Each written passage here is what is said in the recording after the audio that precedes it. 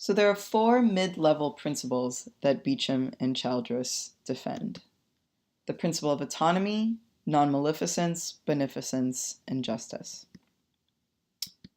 First, the principle of respect for autonomy.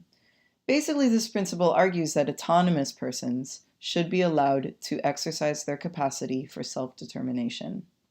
Now, there are two things to note here. First, this is about autonomous persons, right? It's not about people that are not yet fully autonomous or people that may not be autonomous ever. So there's still very important and pressing questions about how the principle of respect for autonomy relates to the cases of children or the cases of persons with cognitive incapacities. This is obviously going to be a problem in the Charlie Gard case. So Charlie is an infant, not yet autonomous, cannot yet make decisions on his own behalf, and given his cognitive deficits, he may actually never be able to make those decisions, right? So is the principle of autonomy then no longer relevant in this case, or is it transferred over to his parents?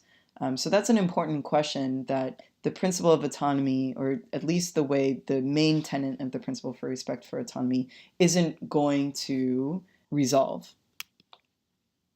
Another thing to note is there are negative duties and positive duties to respect for autonomy. Now, often we think about respect for autonomy is basically allowing people to make their own decisions, not getting in their way, not controlling them, and not constraining them, right? So these are sorts of the negative duties that are associated with respect for autonomy. What we must not do in order for someone to exercise their autonomous capacities. So autonomous action should not be subject to controlling constraints by others. But there are also positive duties, and this is something that is often not paid attention to in the medical ethics literature. But there are certain things that we must do in order for autonomy to be respected. So, for example, Beecham and Childress talk about respectful treatment in disclosing the information that is necessary for people to make their own decisions. So we have positive duties to basically make the circumstances or the conditions such that people can actually exercise their autonomy and make decisions that are informed and voluntary. So there's both the positive and the negative aspects to this principle. Now there's the principle of non-maleficence. So basically, the principle is do no harm.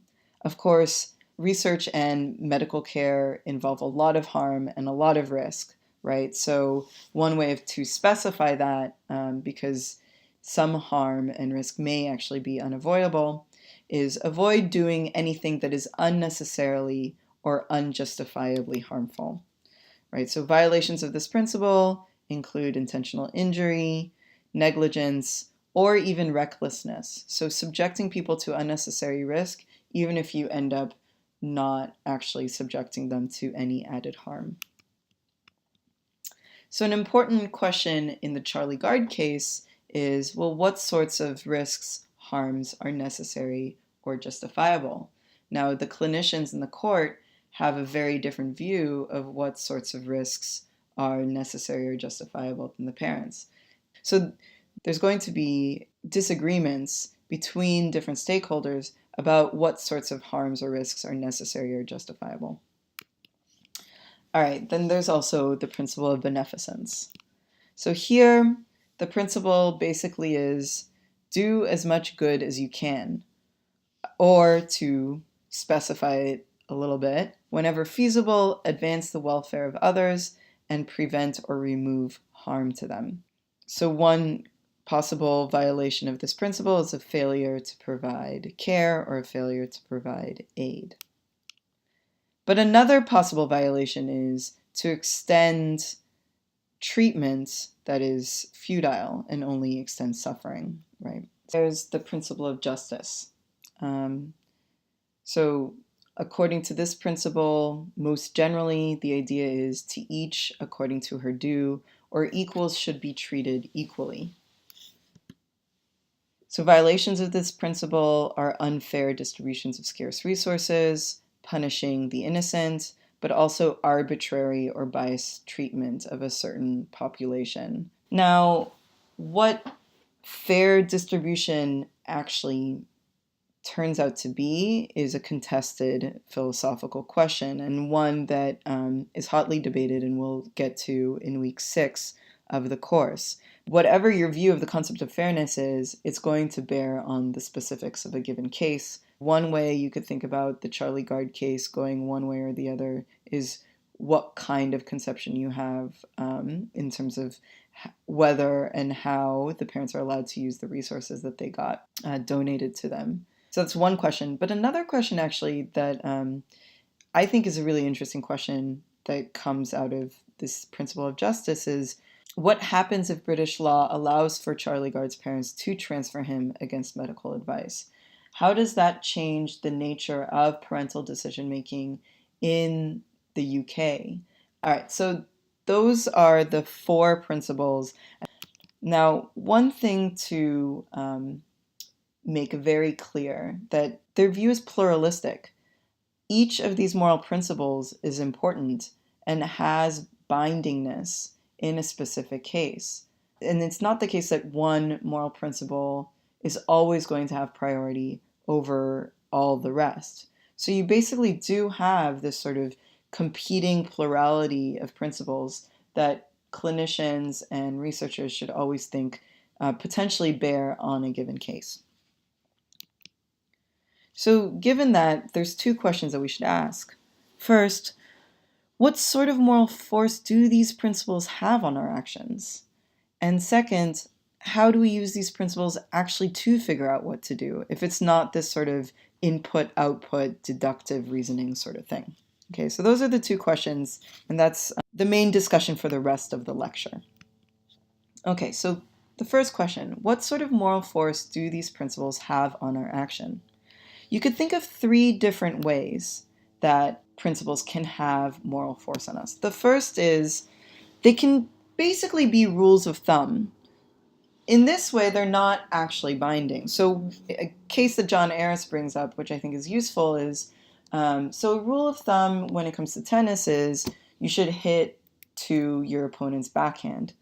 Now, you definitely shouldn't follow that rule of thumb if your opponent is Serena Williams, because she has an incredible backhand, right? So the idea here is, if the principles are, these sorts of rules of thumb, you're not doing anything wrong if in a given case you end up not acting on them because of the special circumstances. So that's one way of thinking about how these principles could be action guiding. They're heuristics, they're not actually binding. The second way of thinking about it is they're absolutely binding. There are absolutely no exceptions. Utilitarianism and Kantianism have this view about their moral principles. But that's not actually how Childress and Beecham think about the moral principles. So they have this idea that they're binding. I like to call it pro tanto.